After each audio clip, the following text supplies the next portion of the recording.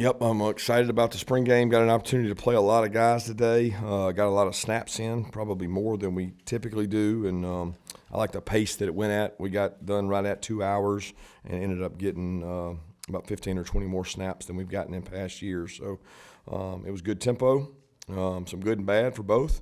But that's the way spring games go. We got to play some loose plays, throw the ball around, got to do some 2-minute. Excited about the guys that got to play. We've got a lot of work to do in terms of off season and getting ourselves where we need to be for next year. But a lot of the mid years got valuable minutes. I can remember when mid years kind of went with the 3s and 4s, and now it seems like more of them are going with the 2s. That's just the way of college football right now. So excited about the work we've had and looking forward to progress we make into fall camp, into the next season.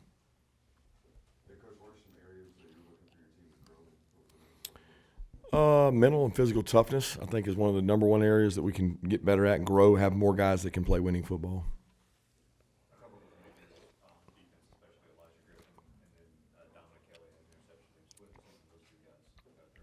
Hard to read, honestly. I have to watch the tape, but, Dom's was a busted route, so it was I like to look at the judge of the play based on did you make a great play or did he make a great play, and I don't think either happened on that.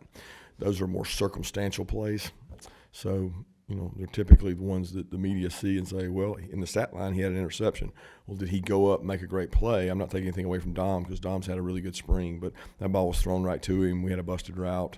And then Elijah made some plays too, and it continues to get better. I'm sure you'll want to go back and watch it, but what were your immediate takeaways from Gunner and Ryan? Both did some good things and both did some poor things, which when you get in game environment, they need that. They need game environment. They need a pocket. They need live. They need to play football. And they continue to get better. They understand they have some weapons on the outside. We have to rely on those guys to be able to make some plays. I think both those guys understand the offense. Ryan's come a long way in what was really his first spring, and he made some nice throws. Where have you seen Gunner improve the most from the start of spring practice? Confidence, understanding the offense, knowing when to take a shot, which he didn't do a great job today. He had a couple times that he could have thrown the ball, checked it down, that he took shots that he probably didn't have to. But he's done a really good job with his feet, his legs. He made plays with his legs today. I thought Ryan did too. They're both good athletes that can extend plays. Kirby, what do you think of your wide receiver group after 15 spring practices? Excited to see some more growth. Excited to see some more toughness. Excited to see what they can do in the fall. The biggest thing is keeping them healthy. And I don't know what the number is, but I would bet there's 6 or 7 of them that are in their first time playing in this offense. And that takes a little time. So I thought the 6 or 7 new guys got better as the spring went on, and they got a chance to get 20-something more practices to grow even more. We're not where we need to be at wideout, but we have a good group to work with.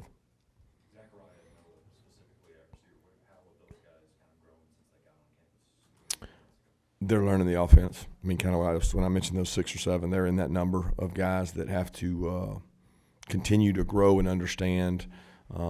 Zach missed, 2 or 3 practices that probably hurt him in terms of getting reps and understanding the offense. You can't just say, I'm going to learn it and go out there and do it. You have to rep it. You got to go out there and physically do it. And he missed, I think, 2 of the last 3 practices or 3 of the last 4 practices, and then was able to go today. But Sokovi made some plays today, made some really nice plays, and he catches the ball well. He's athletic.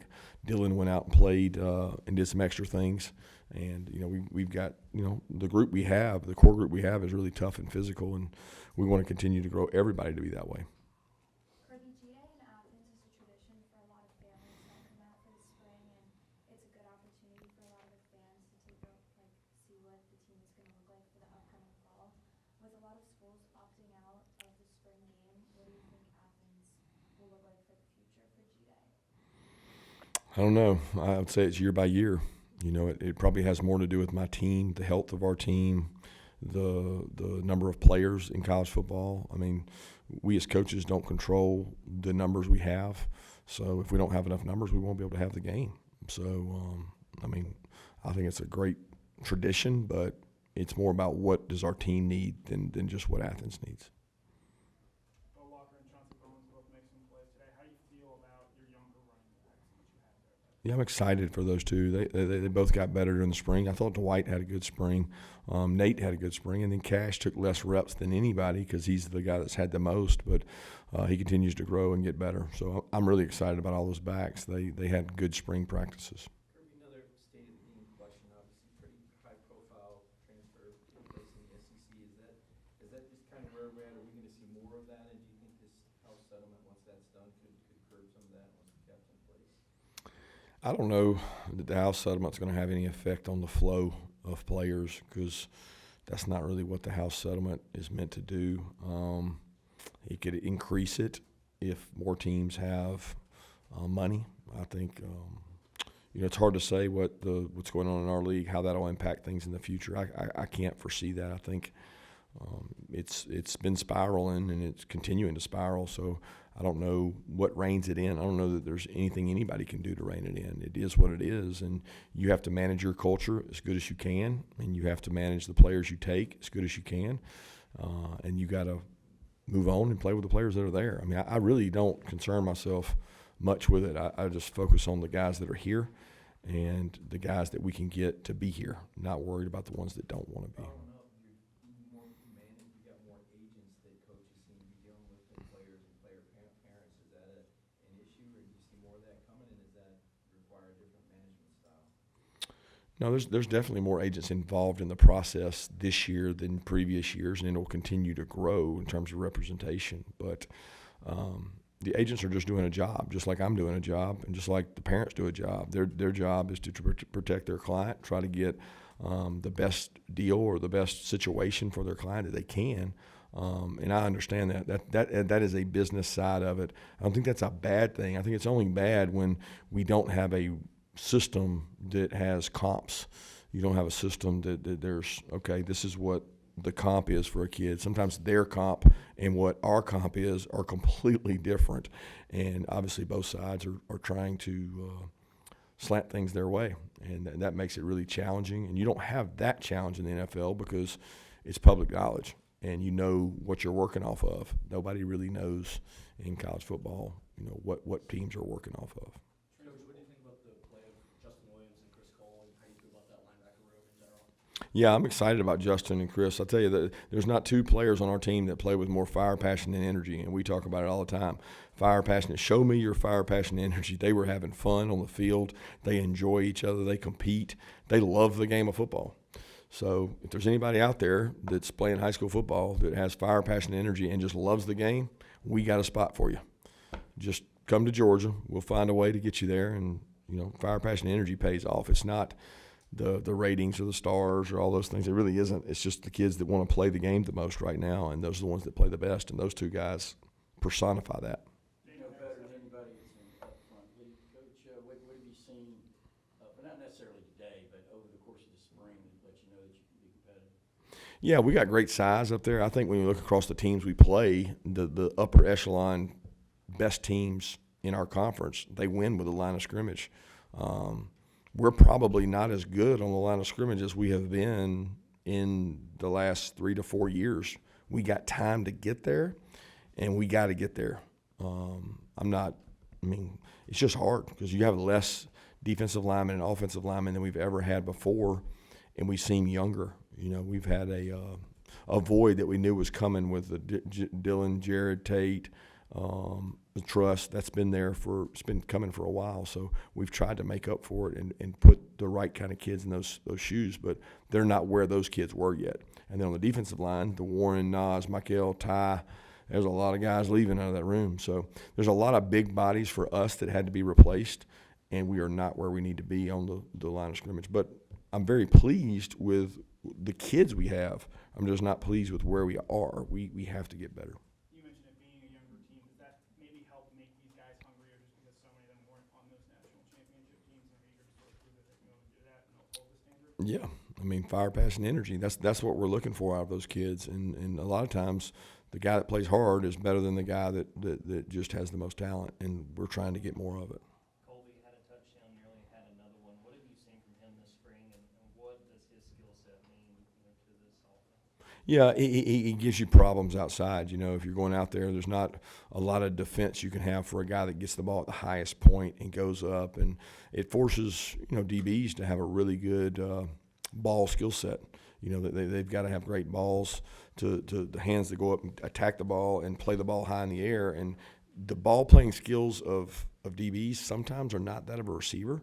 And Colby has made a lot of plays this spring on like those 50-50 type balls.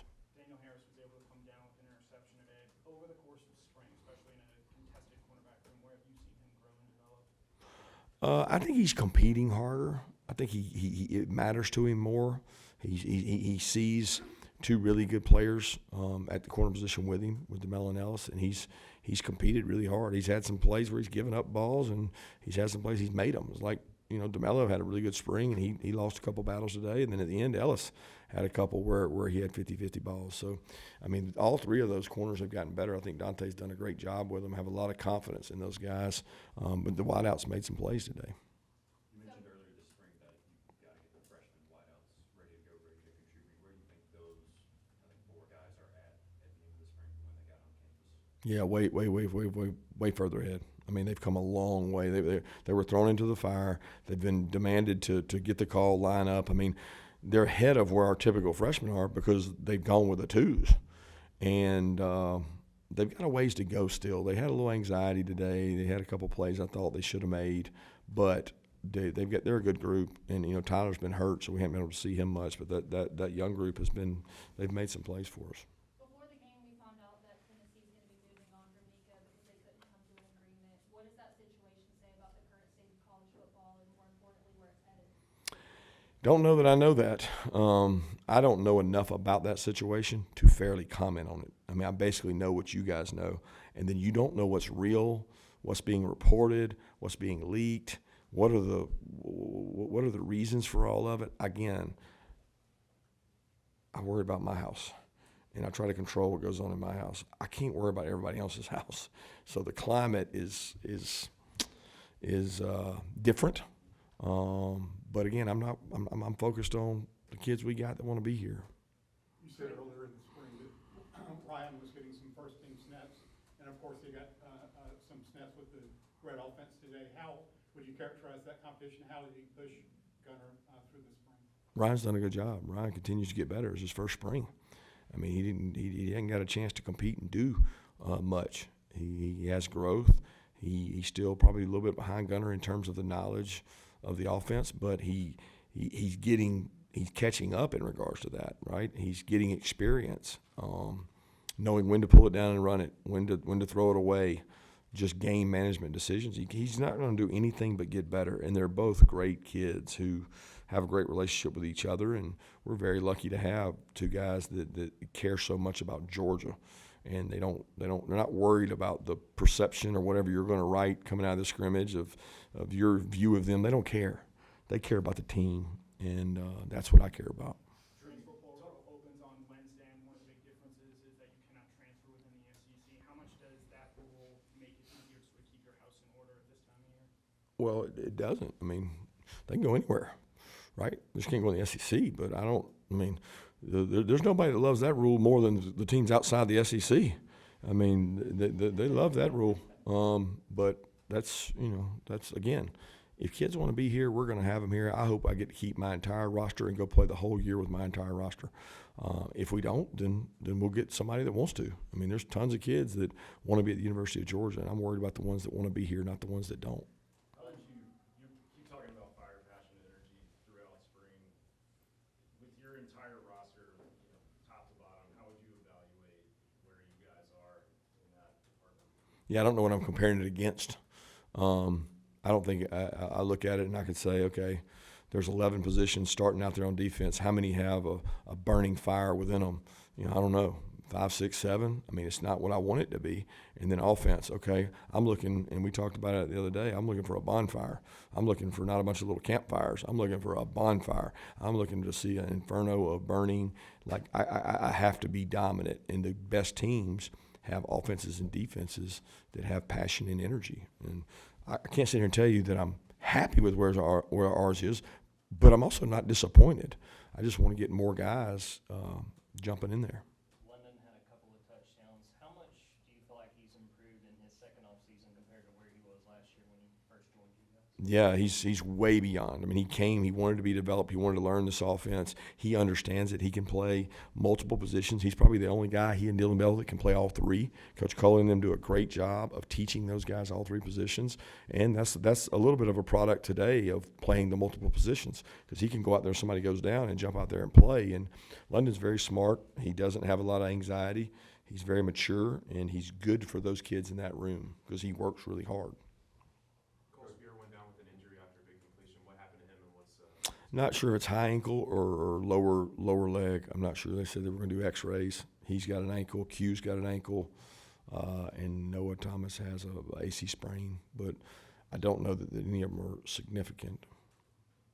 Coach, you mentioned the spiraling of the sport a little bit earlier. If there were one thing that could come out of House versus NCAA that you think would kind of rectify the sport a little bit, what might it be? No, I don't think it's like that, though. I think y'all are the House settlement is what it is. Like, it's not like she's going to go in there and say, well, I'm going to change this and I'm going to do this and everything's going to be fixed. It's not like that. I mean, it's already set. It's set to what it is. Now, could she make some changes? Possibly, but I'm not educated enough to comment on that. Okay, that's not going to fix everything. Everybody thinks, well, that's just going to fix. It's going to set parameters, and if the clearinghouse / Deloitte has teeth and can police deals and make deals legitimate deals, fair market value deals, then we possibly have a chance. But there's people out there that question whether that can even happen. Look, we live in a litigated society, so everything somebody moves, somebody else has litigation to go against it. And it's unfortunate because it's not the college football that we all grew up watching and saw, but it's still a really good product. Got time for one more question? What are your thoughts from today's performance in the secondary? I don't know. Have to reserve it and see. We threw the ball all over the place, so it's a throw happy league. We don't carry many pressures. We don't carry a lot of alternative things to protect them. We say in this game we're going to find out if we can throw and catch and if we can make plays down the field. Well, we made a couple down the field. We had a couple nice picks, but then we also had some balls they threw and caught. So I don't know if you've played out there before, but when you go out there, there's a big guy 6'4" that knows where the ball is, and you don't. Sometimes it's hard to make that play. I've been there. Thanks.